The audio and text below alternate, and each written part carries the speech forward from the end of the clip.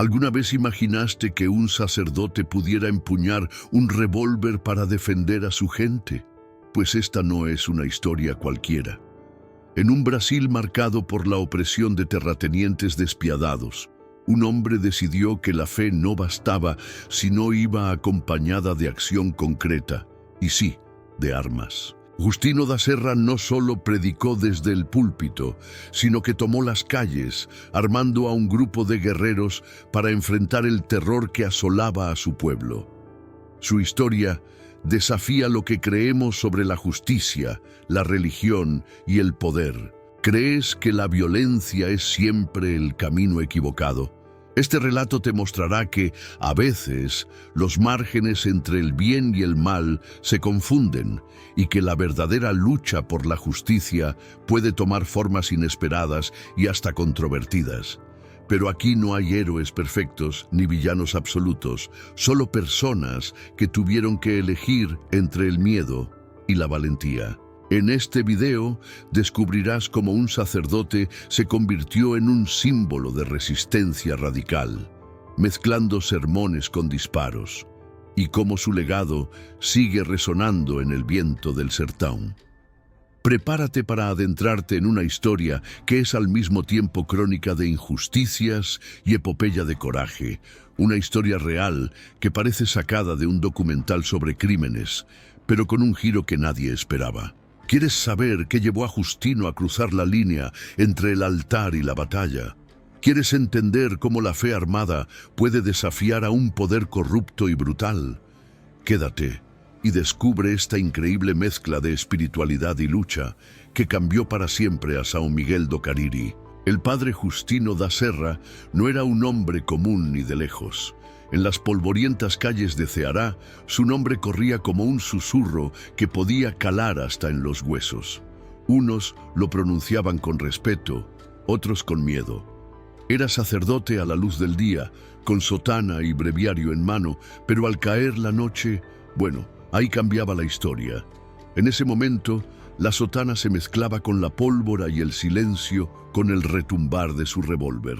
Los ancianos del sertão aún recuerdan cómo las madres usaban su nombre para calmar a los hijos traviesos. Duérmete ya o el padre Justino vendrá.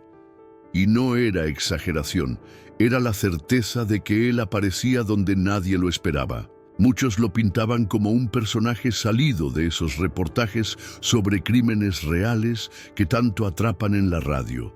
No era el típico héroe con capa y sonrisa de novela, sino uno hecho de cicatrices, polvo y fe inquebrantable. Si alguna vez viste un documental sobre crímenes donde el protagonista camina entre lo divino y lo prohibido, ya tienes una idea de lo que representaba Justino. Y es que, mientras otros predicaban la paz, él sostenía que a veces la paz necesitaba defenderse, incluso con las manos manchadas de pólvora. Esa dualidad lo volvía tan humano como peligroso. No se trataba de un bandido disfrazado de cura, ni de un santo armado, sino de alguien que entendía el peso de la injusticia en carne propia. Las historias de crímenes que circulaban por las cantinas y plazas lo ponían como protagonista y juez a la vez. La gente lo veía llegar montado a caballo, con el sol del atardecer recortando su figura, y sabían que algo iba a cambiar. Unos se persignaban, otros apretaban los dientes, pero nadie quedaba indiferente. Así empezaba la leyenda de un hombre que no pedía permiso para hacer lo que creía justo. Para entender por qué Justino se volvió tan temido, basta con recordar cómo funcionaba la vida en el sertão. Allí, la justicia oficial era lenta, ciega y muchas veces corrupta. Los casos criminales quedaban en el olvido y los culpables seguían andando libres. Es en ese hueco de abandono donde entraba Justino, sin toga ni despacho, pero con la convicción de que Dios no quería ver a su gente oprimida. Tal vez por eso, muchos lo comparaban con esos protagonistas de historias de crímenes que no esperan a que alguien más actúe. Y aunque hoy su figura se vea como leyenda, en su momento era un hombre de carne, hueso y contradicciones. Su voz en el púlpito podía ser tan dulce como la brisa de la mañana, pero al caer la noche, su presencia era como una tormenta que barría todo a su paso. El contraste fascinaba y asustaba por igual. Y, porque, admitámoslo, ¿quién puede resistirse a un relato donde el cura que te da la bendición también podría salvarte la vida en un tiroteo? Eso no es ficción. Es parte de las historias que se transmitían de fogón en fogón. Si alguna vez escuchaste a tu abuelo hablar de hombres de palabra y de acción, seguro te imaginaste algo parecido a Justino. No era un predicador de banco, sino de caminos. Caminaba entre ranchos y campos con el mismo aplomo con el que se enfrentaba a pistoleros. Lo curioso es que nunca se le veía buscando pelea. Más bien, la pelea parecía encontrarlo a él, y ahí, sin dudar, respondía. Así como en los documentales sobre crímenes donde el destino y la voluntad se cruzan en un instante. Pero lo que más intrigaba a la gente era su código. No era un pistolero cualquiera, jamás disparaba sin razón, y cuando lo hacía era para proteger. Incluso quienes lo odiaban reconocían que tenía sus límites, y eso lo volvía aún más impredecible. Porque si de algo sabía Justino, era de medir cada acción como quien pesa el pan antes de cortarlo. Y en un lugar donde la vida podía cambiar en segundos, ese tipo de disciplina lo separaba del resto. Claro que su fama no se construyó solo por sus actos, sino también por el boca a boca. Las historias de crímenes donde él intervenía crecían como bola de nieve. Un pleito en un pueblo se convertía en una gesta heroica, un arresto improvisado en una cruzada divina. Alguien contaba que lo había visto detener a 3 bandidos él solo. Otro juraba que había espantado a un grupo armado con nada más que su mirada. Y así, con cada relato, su figura crecía más que cualquier sombra al atardecer. Este tipo de personajes son los que uno piensa que solo aparecen en las películas, hasta que recuerdas que existieron de verdad. Y, como en todo buen caso criminal, las versiones variaban. Algunos lo pintaban como salvador, otros como peligro público. Lo cierto es que su mera existencia hacía que la gente creyera que el Sertão no estaba completamente perdido, porque, aunque no todos coincidieran en su método, nadie dudaba de que su corazón estaba con los olvidados. Lo interesante de todo esto es que, para muchos, Justino era el último muro entre el pueblo y la barbarie. Y eso no se gana de la noche a la mañana. Se gana a punta de decisiones difíciles, esas que dejan huella.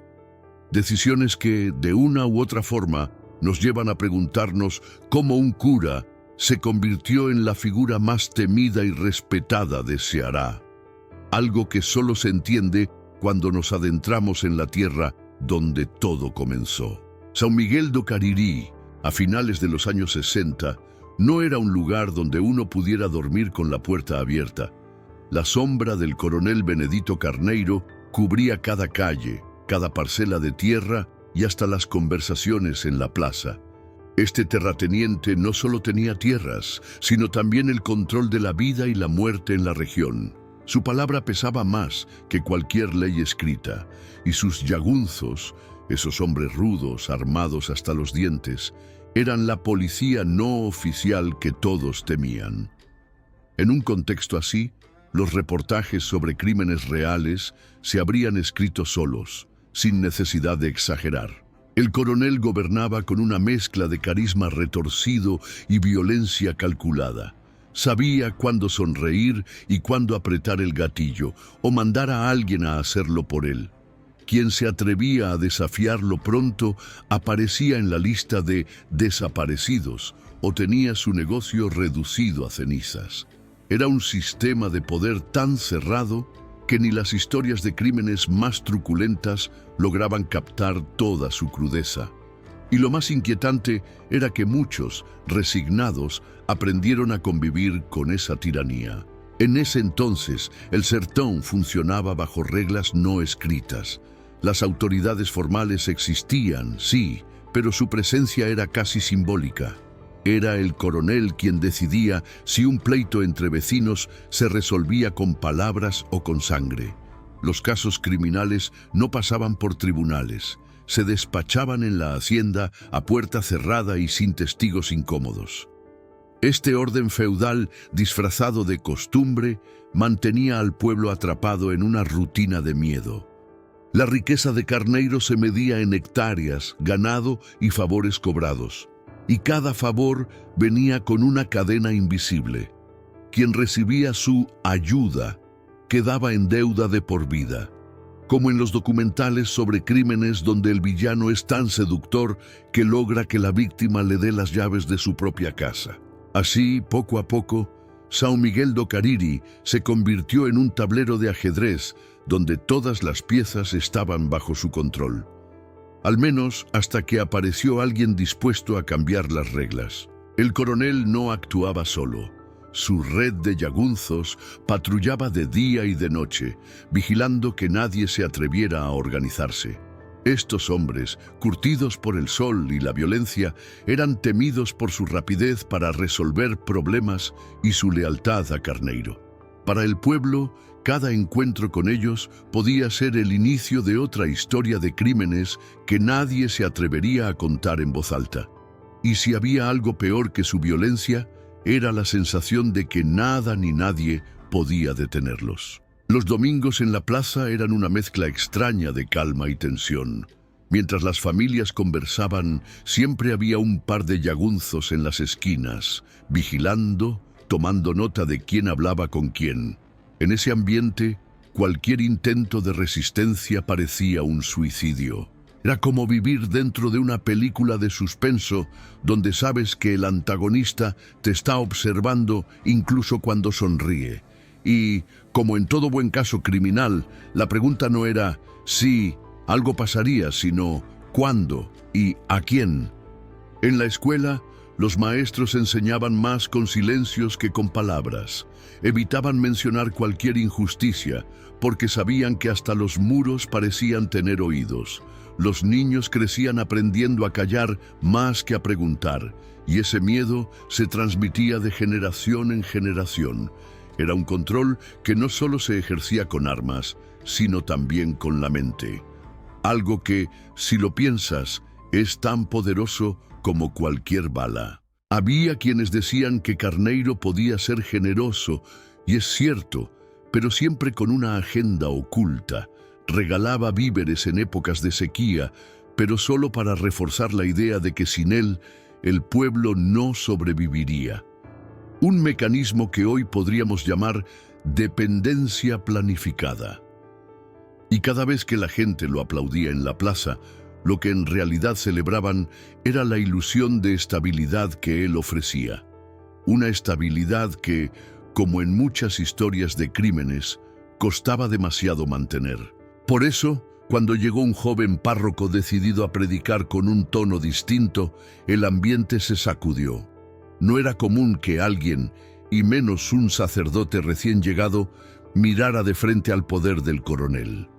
En ese instante, sin que nadie lo supiera, comenzó a escribirse una historia que pasaría de generación en generación, no solo como un relato de fe, sino también como uno de los casos criminales más comentados del Sertão. Y es que en lugares donde la injusticia está tan normalizada, basta una chispa para encender un fuego. São Miguel do Cariri estaba lleno de leña seca, y el coronel Carneiro, sin darse cuenta, estaba a punto de enfrentarse a alguien que no jugaba según las viejas reglas, alguien que llegaría en 1967 con una Biblia bajo el brazo, pero con la determinación de un hombre que no temía al rugido de las armas. Cuando el padre Justino llegó a São Miguel do Cariri en 1967, no venía con promesas vacías ni discursos tibios. Su primera misa fue un aviso claro. Cristo expulsó a los prestamistas con látigos, no con palabras suaves. Esta frase no solo rompió el silencio, sino que dejó claro que su predicación tendría filo y coraje.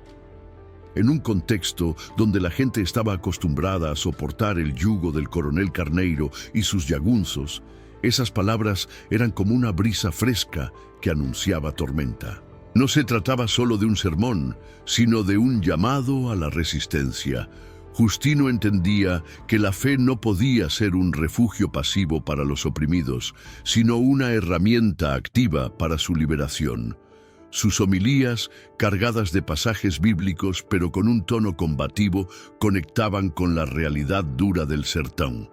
En ese momento, predicar no era solo hablar de Dios, sino señalar al enemigo. Así, el púlpito se transformó en un escenario donde la justicia social y la fe se entrelazaban con fuerza. Algunos miembros de la comunidad, cansados de la opresión, empezaron a escuchar con atención.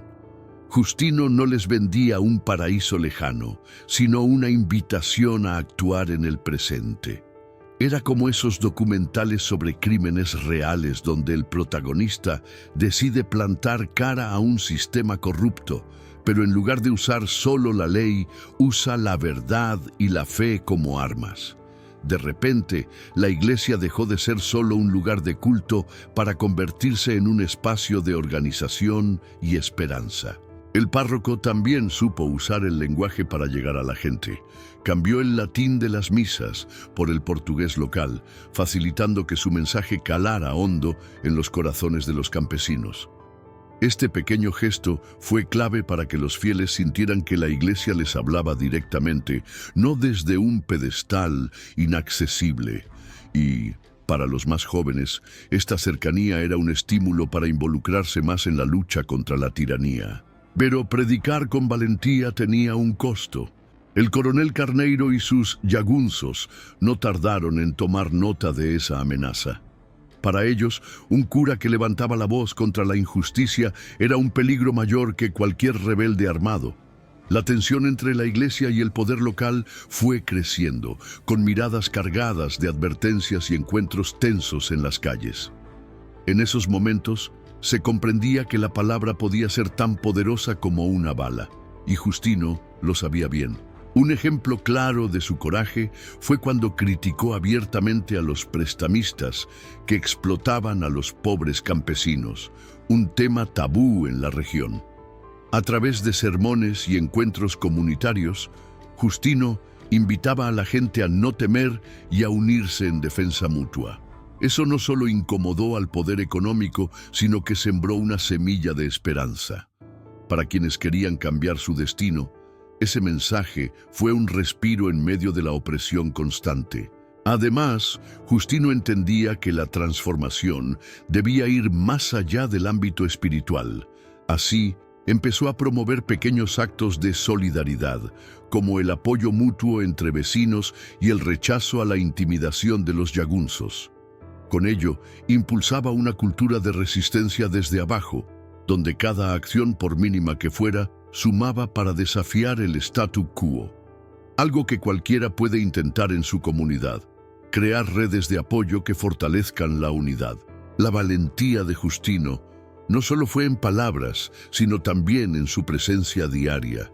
Paseaba por los caminos polvorientos, visitaba a las familias y escuchaba sus historias con empatía genuina. En esos encuentros, la gente sentía que no estaban solos y que alguien los respaldaba con más que promesas, con hechos y compromiso. Esa cercanía fue fundamental para que la resistencia creciera, pues la fe y la lucha se entrelazaban en cada conversación. Es importante destacar que la llegada de Justino coincidió con un periodo de grandes cambios sociales en Brasil y el mundo. Pero en el sertón, esos cambios no llegaban solos. Necesitaban un líder que los encarnara. Él fue ese faro que iluminó el camino para que los oprimidos se atrevieran a soñar con justicia. Su historia, entretejida con las tradiciones y luchas del sertón, se convertiría en un capítulo esencial de los reportajes sobre crímenes reales y resistencia social. Así, con palabras firmes y mirada decidida, el padre Justino comenzó a cambiar el destino de São Miguel do Cariri. pero todavía quedaba mucho por hacer y la historia apenas empezaba a mostrar el alcance real de su lucha. El padre Justino no solo predicaba desde el altar, sabía que la verdadera revolución nacía en el corazón de la comunidad. Por eso empezó a organizar el apoyo popular de manera concreta y palpable. Construir casas para quienes no tenían techo no era solo un acto de caridad, sino un símbolo poderoso. La resistencia también se levanta ladrillo a ladrillo. Imagínate el impacto que tiene para una familia recibir un hogar hecho por sus propios vecinos, respaldados por la fe y la voluntad colectiva. Además, fundó una cooperativa que funcionaba como un oasis de solidaridad en medio de la sequía y la opresión. Esta iniciativa no solo promovía la economía local, sino que alentaba a la gente a tomar las riendas de su propio destino. En tiempos donde los patrones controlaban hasta el último grano, una cooperativa representaba una amenaza real para el statu quo. Por eso, la gente la defendía con pasión y esperanza, consciente de que era una forma de protegerse del acoso constante. Pero la verdadera conexión con el pueblo vino cuando Justino decidió celebrar misas en portugués, el idioma que hablaban todos los días. No era un cambio menor, era un acto de inclusión y respeto hacia la cultura local, algo que muchos líderes religiosos ignoraban. Al hacerlo, logró que su mensaje fuera más cercano, auténtico y comprendido en profundidad. Como cuando un maestro usa ejemplos de la vida diaria para explicar algo complicado, Justino hacía que la fe fuera parte del día a día de la gente. Es fundamental entender que estas acciones no solo fortalecían el espíritu, sino que también construían una red de confianza y unidad.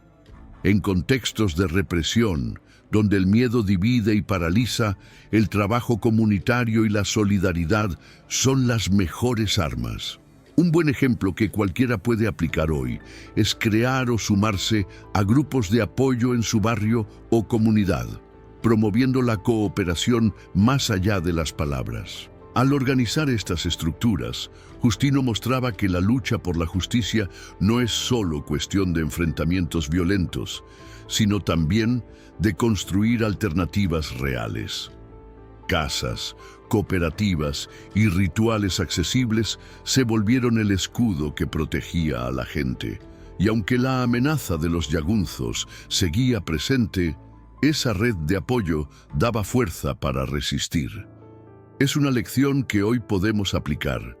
La resistencia no siempre está en las armas, sino en el tejido social que tejemos. Además, el padre comprendió que la fe sin acción puede volverse vacía.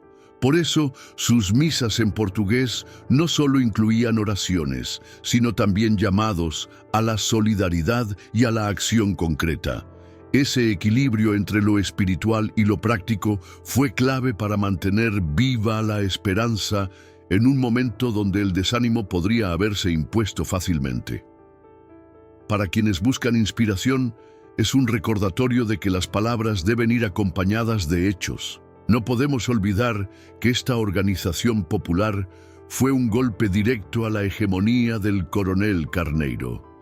Al fortalecer a las familias y comunidades, Justino desafiaba el control absoluto del terrateniente y su séquito. Eso generó tensiones crecientes que anunciaban un choque inevitable. Como en esos reportajes sobre crímenes reales donde la calma antes de la tormenta parece eterna, aquí también la preparación para la confrontación estaba en marcha. Un dato importante es que muchas de estas acciones se realizaban en secreto o bajo la vigilancia constante de los yagunzos.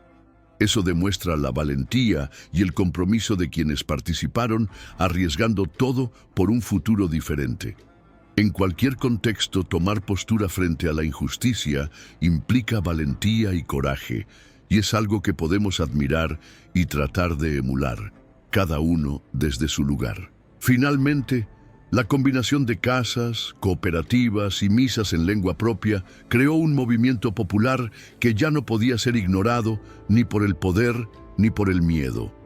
Justino no solo estaba construyendo estructuras físicas, sino también un sentimiento colectivo de pertenencia y dignidad. Un fenómeno similar ocurre hoy, cuando comunidades oprimidas crean sus propios espacios culturales y sociales para fortalecerse. Así, la semilla que Justino plantó comenzó a echar raíces profundas en São Miguel do Cariri, preparando el terreno para los eventos que vendrían y que cambiarían para siempre la historia del sertão. Pero esta historia, como en toda buena narrativa, aún tenía capítulos por descubrir. El festival de 1968 en São Miguel do Cariri se convirtió en el escenario donde la tensión entre el padre Justino y el coronel Benedito Carneiro estalló con toda su fuerza. Durante las celebraciones, Justino no dudó en señalar públicamente al coronel, recordándole que la iglesia pertenecía a Dios y no a las riquezas corruptas que él representaba. Esa declaración fue más que una crítica. Fue un desafío abierto a un poder que, hasta entonces, había impuesto su ley sin oposición visible. Para el pueblo, ese momento fue una bocanada de aire fresco, un acto de valentía que mostraba que alguien estaba dispuesto a enfrentar a la tiranía. Justino, con su voz firme y mirada directa, se convirtió en el portavoz de quienes sufrían en silencio. En medio de la música y el bullicio del festival, su discurso resonó como un llamado a la dignidad y la justicia, sembrando esperanza y también un miedo creciente en los seguidores del coronel. El impacto de sus palabras fue inmediato. Mientras algunos aplaudían y veían en Justino un líder auténtico, otros lo consideraban un peligroso agitador. Esta dualidad no es rara en las historias de crímenes reales, donde el protagonista desafía el sistema y divide opiniones. En cualquier lucha, la figura que alza la voz suele despertar tanto admiración como rechazo, y Justino no fue la excepción. Lo que hizo que ese acto fuera aún más significativo fue el contexto en que ocurrió. Un festival que simbolizaba la tradición y la unión comunitaria. Al usar ese espacio para confrontar al poder corrupto, Justino transformó una celebración en una plataforma de resistencia. Para cualquiera que quiera entender la fuerza de un mensaje, aquí está la clave. Elegir el momento y lugar adecuados puede convertir palabras en actos revolucionarios. El coronel, humillado en público, no podía dejar pasar ese reto. Esa noche y en los días siguientes se reforzó la vigilancia y aumentaron las amenazas contra el párroco y sus seguidores. La represión se volvió palpable y el ambiente, cargado de sospechas y miedo, empezó a desmoronarse lentamente. Es el tipo de escalada que solemos ver en documentales sobre crímenes cuando el poder intenta recuperar el control a toda costa. Para la comunidad, ver a Justino enfrentarse al coronel fue una señal de que el cambio era posible, pero también una advertencia del precio que podrían pagar. Algunos empezaron a entender que la lucha no sería sencilla y que la justicia rara vez llega sin sacrificios. Estas lecciones, duras pero necesarias, forman parte de las historias de crímenes donde la valentía y el riesgo van de la mano. Aquel festival quedó marcado en la memoria colectiva como el momento en que la iglesia y la tierra dejaron de estar al servicio de los poderosos para comenzar a servir al pueblo. Para los habitantes de São Miguel do Cariri, fue una chispa que encendió la llama de la resistencia organizada.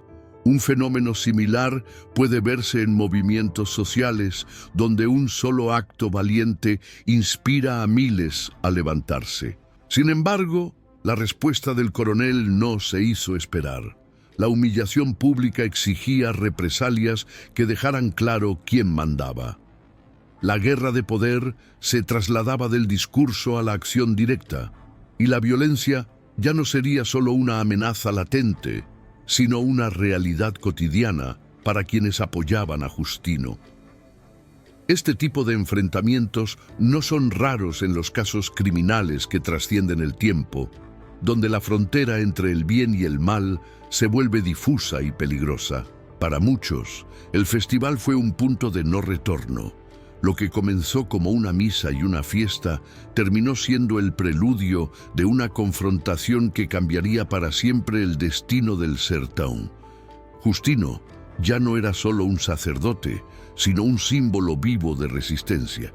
Y en las sombras, el coronel Carneiro preparaba su contraataque, decidido a no ceder ni un centímetro de su dominio. Y así, entre música, palabras y tensiones, São Miguel do Cariri entraba en una etapa donde la fe y la violencia se entrelazarían de formas inesperadas, dejando abiertas las preguntas que solo la historia podría responder. Después del festival, las represalias no tardaron en llegar y São Miguel do Cariri se sumergió en un clima de miedo y violencia silenciosa.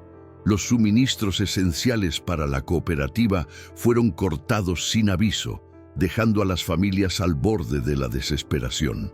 Este tipo de tácticas es común en los casos criminales, donde el poder busca asfixiar cualquier intento de organización popular.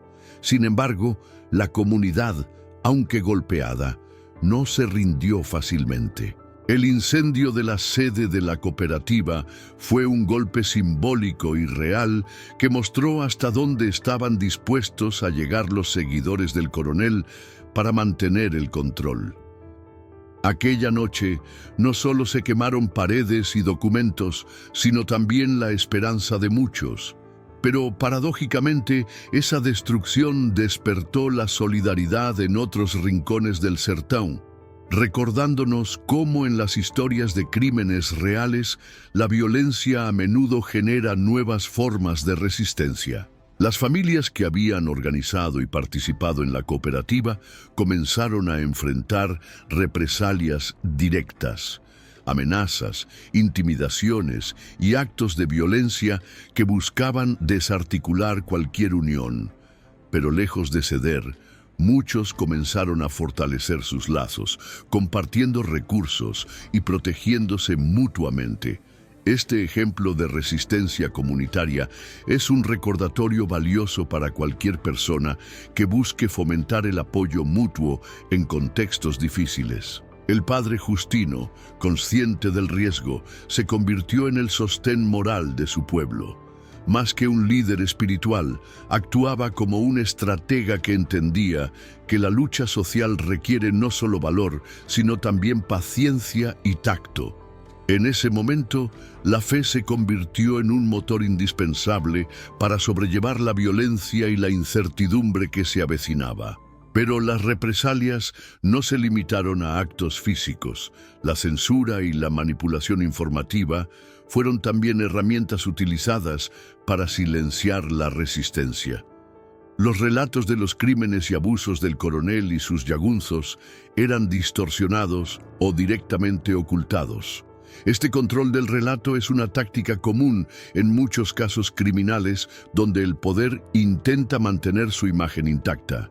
A pesar de esto, la comunidad encontró formas creativas de comunicarse y denunciar, utilizando reuniones clandestinas y mensajes codificados en sermones y canciones. Esta resistencia cultural es una muestra de cómo, en contextos adversos, el arte y la palabra pueden ser armas poderosas para la verdad. Para quien lea esto, es un llamado a valorar y proteger esas formas de expresión que mantienen viva la memoria colectiva. En paralelo, la tensión social aumentaba y la atmósfera se tornaba cada vez más tensa. La violencia latente empezó a manifestarse en conflictos abiertos, con enfrentamientos que dejaban a muchos con miedo y heridas. La historia de São Miguel do Cariri en esta etapa parece sacada de un documental sobre crímenes, donde la frontera entre la ley y el caos se vuelve borrosa. La reacción del coronel era un intento desesperado por apagar la llama de la resistencia, pero en realidad estaba alimentando un fuego que se expandía. La comunidad, aunque golpeada, aprendió que la solidaridad es más fuerte que la violencia, cuando se construye sobre la base de la confianza y la esperanza compartida. Esta es una lección que, aunque antigua, sigue vigente hoy en muchas luchas sociales. En medio de este escenario, Justino y sus seguidores sabían que la batalla sería larga y difícil, pero también comprendían que su misión trascendía la lucha inmediata. Se trataba de sentar las bases para un cambio duradero. Así, mientras la represión se intensificaba, la organización popular se fortalecía en secreto, preparándose para lo que vendría. Así cerraba un capítulo oscuro, pero lleno de aprendizajes en São Miguel do Cariri, dejando abiertas las puertas para un siguiente acto donde la resistencia tomaría formas aún más sorprendentes. En octubre de 1968, la violencia de los jagunços alcanzó su punto más brutal en São Miguel do Cariri. Sin previo aviso, atacaron a devotos que asistían a la iglesia, dejando claro que la protección del padre Justino había sido revocada. Este golpe despiadado sacudió a la comunidad, que vio cómo la fe y la resistencia eran castigadas con golpes y balas.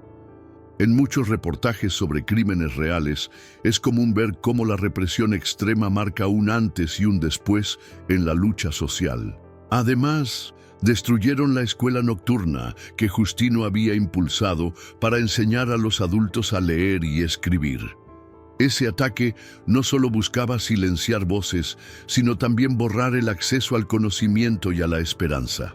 La educación, herramienta fundamental para cualquier cambio, fue atacada directamente. Este hecho recuerda que en muchos casos criminales, el poder opresor no solo usa la violencia física, sino que también destruye las bases para el empoderamiento social. La violencia no se detuvo ahí. En el cementerio local, donde la comunidad esperaba paz y recogimiento, dispararon para sembrar terror. Es una táctica brutal que muestra hasta qué punto los opresores están dispuestos a llegar para mantener el miedo. En la vida real y también en documentales sobre crímenes, el terror se utiliza como arma para paralizar y controlar, y aquí no fue diferente. Pero, a pesar del horror, la comunidad comenzó a entender que la protección que les brindaba Justino no era un escudo físico, sino la fuerza de la fe y la unión. Fue un momento de despertar para muchos, quienes comprendieron que la lucha tendría que ser más fuerte y organizada. En este sentido, las historias de crímenes y resistencia a menudo muestran que el dolor es también un motor para el cambio. La destrucción de la escuela nocturna fue un duro golpe para los adultos que buscaban aprender a leer, una oportunidad de salir de la ignorancia y la pobreza. Pero esta violencia indiscriminada no apagó su deseo de educación. Por el contrario, muchos redoblaron sus esfuerzos por mantener viva la llama del conocimiento, organizando clases clandestinas y encuentros secretos. Un ejemplo claro de resiliencia que cualquiera puede admirar y, en su contexto, emular. Este ataque también evidenció la fragilidad de la seguridad en la región y la necesidad de una respuesta contundente.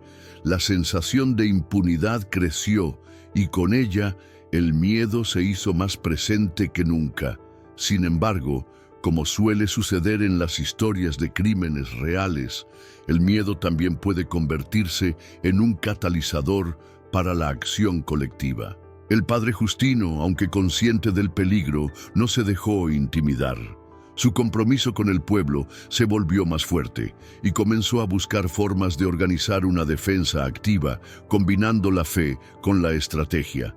Es aquí donde su transformación de párroco a líder armado empieza a tomar forma, marcando un punto de inflexión en la historia. Para muchos, esta etapa simboliza la lucha entre el poder opresor y la esperanza popular, un conflicto que se ha repetido a lo largo de la historia en múltiples contextos. En cada caso criminal donde el pueblo se levanta, la violencia suele ser la respuesta del opresor, pero también la chispa que enciende nuevas formas de resistencia. Mientras la represión crecía, también lo hacía la determinación de los oprimidos.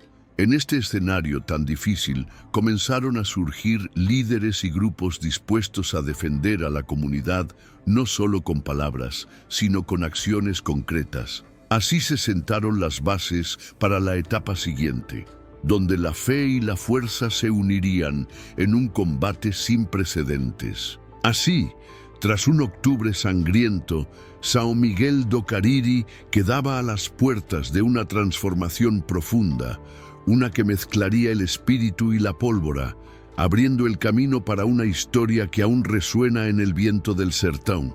Tras soportar el brutal ataque, el padre Justino decidió retirarse espiritualmente, buscando claridad y fuerza entre los franciscanos. Este retiro no fue una huida, sino un momento de reflexión profunda, como cuando en las historias de crímenes reales el protagonista se repliega para planear el siguiente movimiento con sabiduría. La comunidad, sin embargo, quedó sumida en un miedo paralizante que parecía desgarrar el alma del sertão. El pueblo, acostumbrado a la presencia firme de Justino, se sintió desamparado y vulnerable. Los relatos de crímenes y represalias crecían, y el silencio impuesto por el temor se volvió casi insoportable. La ausencia del párroco se sintió como un vacío que alimentaba la desesperanza, haciendo que muchos dudaran si aún quedaba esperanza para resistir. Mientras tanto, Justino se adentraba en la espiritualidad franciscana, buscando respuestas y la fuerza que solo la fe puede otorgar en momentos de crisis. Esta búsqueda interna es fundamental para cualquier líder que enfrenta adversidades. Es ese espacio donde la mente y el espíritu se preparan para volver con mayor determinación y propósito. En la comunidad, la ausencia del líder espiritual abrió un espacio para la reflexión colectiva. Las familias comenzaron a organizarse de manera más discreta, conscientes de que la represión podría volver con mayor fuerza. Era un momento donde la solidaridad y la confianza entre vecinos se volvían más importantes que nunca, reforzando la idea de que la resistencia no depende de una sola persona, sino del compromiso compartido. Durante este periodo, el miedo se convirtió en un enemigo silencioso que paralizaba a muchos, pero también en un recordatorio constante de la necesidad de actuar. En muchas historias de crímenes reales, el temor a menudo precede a la transformación, sirviendo como un catalizador para el cambio. La comunidad del sertão estaba al borde de esa transformación. Es relevante destacar que aunque Justino se retiró, su influencia no desapareció. Sus enseñanzas y el espíritu de resistencia que sembró seguían vivos en las calles, en las casas y en el corazón de quienes creían en un futuro mejor. Esa herencia intangible es el alma que mantiene viva la lucha, incluso cuando el líder está ausente. La espiritualidad franciscana, con su énfasis en la humildad y el servicio, nutrió a Justino para regresar no solo como sacerdote, sino como un verdadero líder revolucionario. La transformación interna que experimentó fue la base para la siguiente fase de su misión, donde la fe se fusionaría con la acción directa. Para la comunidad, la ausencia momentánea de Justino fue una lección sobre la importancia de la autonomía y la resiliencia. Aprendieron que no podían depender únicamente de un solo líder, sino que la fuerza reside en el colectivo. Este aprendizaje es vital para cualquier grupo que enfrenta opresión o injusticia. Mientras el pueblo se hundía en el miedo y la desolación, también comenzaban a surgir voces que pedían un retorno del liderazgo que les diera esperanza y dirección. Ese anhelo marcaba el preludio de una nueva etapa, donde la lucha espiritual y armada se entrelazarían con mayor intensidad. Así, aunque en apariencia retirado, el padre Justino preparaba en silencio el regreso que transformaría para siempre la historia de São Miguel do Cariri. dejando abierta la puerta para la siguiente parte de esta saga llena de fe, coraje y justicia. El regreso del padre Justino a São Miguel do Cariri marcó un antes y un después en la historia del sertão. Pero ya no era solo un sacerdote, había reunido a un grupo de 6 hijos de la fe. Hombres con pasado de excangaceiros que, transformados por la religión, se convirtieron en guerreros armados por la justicia. Esta combinación de fe y pistola impactaba a todos, mostrando que la resistencia podía adoptar formas inesperadas, un tema fascinante en reportajes sobre crímenes reales. Estos hombres no solo predicaban, sino que actuaban con determinación, arrestando a corruptos y defendiendo a los oprimidos con armas en mano. Era un nuevo tipo de lucha, donde la espiritualidad y la fuerza física se unían para desafiar al poder establecido. En la vida real, pocos ejemplos tan claros muestran cómo la resistencia puede adaptarse y reinventarse ante la adversidad. Su llegada causó tanto temor como esperanza. Para los habitantes, ver a Justino y sus seguidores recorrer el pueblo con pistolas al cinto fue un choque cultural, pero también un símbolo de protección real. En muchos casos criminales, la figura del justiciero armado despierta debates profundos sobre la legitimidad de la violencia en la búsqueda de justicia. Estos hijos de la fe provenían de vidas marcadas por la violencia, pero la conversión religiosa les dio un nuevo propósito. Su transformación es un ejemplo de cómo, en medio de las historias de crímenes, es posible hallar caminos de redención y cambio. Para cualquiera que busque inspiración, este es un recordatorio poderoso de que el pasado no determina el futuro. El grupo comenzó a patrullar el sertão, no como delincuentes, sino como guardianes de la justicia, desafiando abiertamente a los jagunzos y al coronel Carneiro. Este tipo de organización es similar a los movimientos sociales que surgen cuando las instituciones fallan y la gente decide tomar el control de su destino. Además, Justino no abandonó su rol de predicador, mezclando sermones con acciones contundentes. Esta dualidad era una señal clara de que la lucha no era solo política, sino también espiritual. Así, cada operación llevaba consigo un mensaje de fe y esperanza, algo que reforzaba la moral del pueblo. El contraste entre la Biblia en una mano y el revólver en la otra simbolizaba la complejidad de la situación. Para algunos era una contradicción, para otros la representación más sincera de la realidad que enfrentaban, fe armada para defender la justicia. Este dilema moral aparece en muchas historias de crímenes y resistencia, desafiando nuestras ideas sobre el bien y el mal. El impacto de estas acciones se sintió rápidamente. Granos confiscados para repartir entre los pobres, trabajadores liberados de la esclavitud moderna y recaudadores corruptos interceptados. Cada acto fortalecía la esperanza y desafiaba la autoridad del coronel, demostrando que la justicia podía imponerse con voluntad y coraje. Esta etapa final culminó en una batalla feroz donde Justino y sus seguidores murieron defendiendo al pueblo. El padre, con una Biblia en una mano y un revólver en la otra, imploró misericordia mientras caía.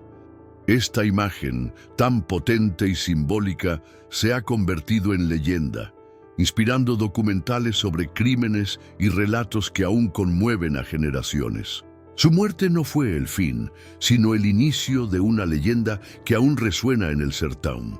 La combinación radical de fe y justicia armada abrió un capítulo único en la historia de los casos criminales y las luchas sociales, dejando una huella imborrable que trasciende el tiempo y las fronteras. La leyenda del padre Justino no terminó con su muerte en batalla. Al contrario, su memoria se convirtió en un faro para toda la región. La iglesia donde predicó y luchó se transformó en un santuario, un lugar donde los fieles y sobrevivientes honran su radical mezcla de fe y justicia armada. En muchas historias de crímenes reales, es común que el recuerdo de figuras así trascienda lo histórico para convertirse en símbolo eterno. Los habitantes de São Miguel do Cariri recuerdan con respeto y devoción a Justino, asegurando que su sermón todavía se escucha en el viento del sertão.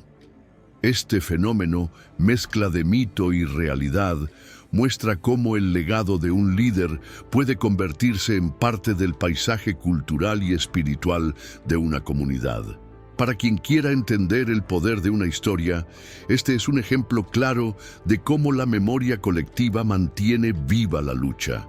Los supervivientes y descendientes de aquellos tiempos relatan las enseñanzas del Padre, mezcladas con relatos de valentía y sacrificio.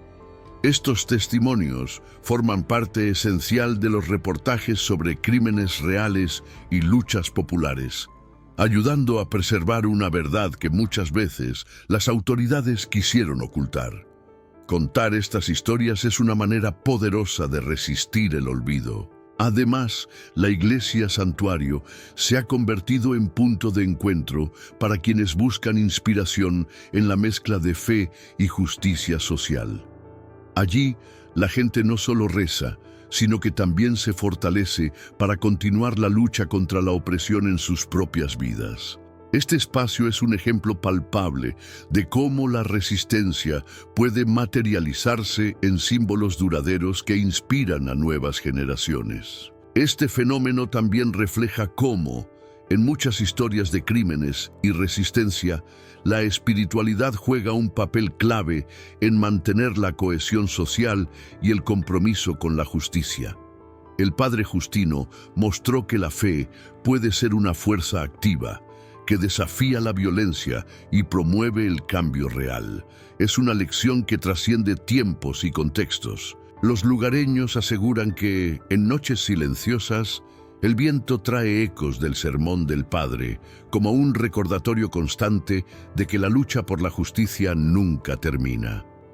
Estas creencias populares, más allá de su dimensión mística, son expresión de una comunidad que sigue viva y unida, aferrada a su historia y a sus héroes. El santuario también ha atraído la atención de documentales sobre crímenes y reportajes que exploran la historia del sertão, llevando la leyenda de Justino a audiencias más amplias. Esto contribuye a que su historia siga viva y que nuevas personas puedan aprender de su valentía y compromiso. La combinación de elementos religiosos, sociales y armados que representó Justino es un ejemplo fascinante de cómo la justicia puede tomar caminos poco convencionales.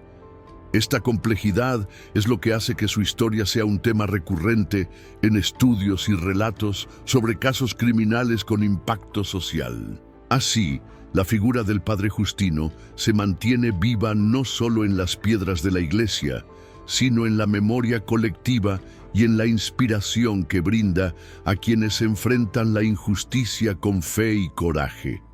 Su historia es una invitación a no rendirse, a creer en la resistencia y en la posibilidad de un cambio real. Y aunque su voz ya no se escucha en el púlpito, su legado continúa, sembrando preguntas y esperanza en el viento, preparándonos para lo que aún está por venir. Después de conocer la historia del padre Justino, es inevitable preguntarnos, ¿hasta dónde estarías dispuesto a llegar para defender lo que crees justo?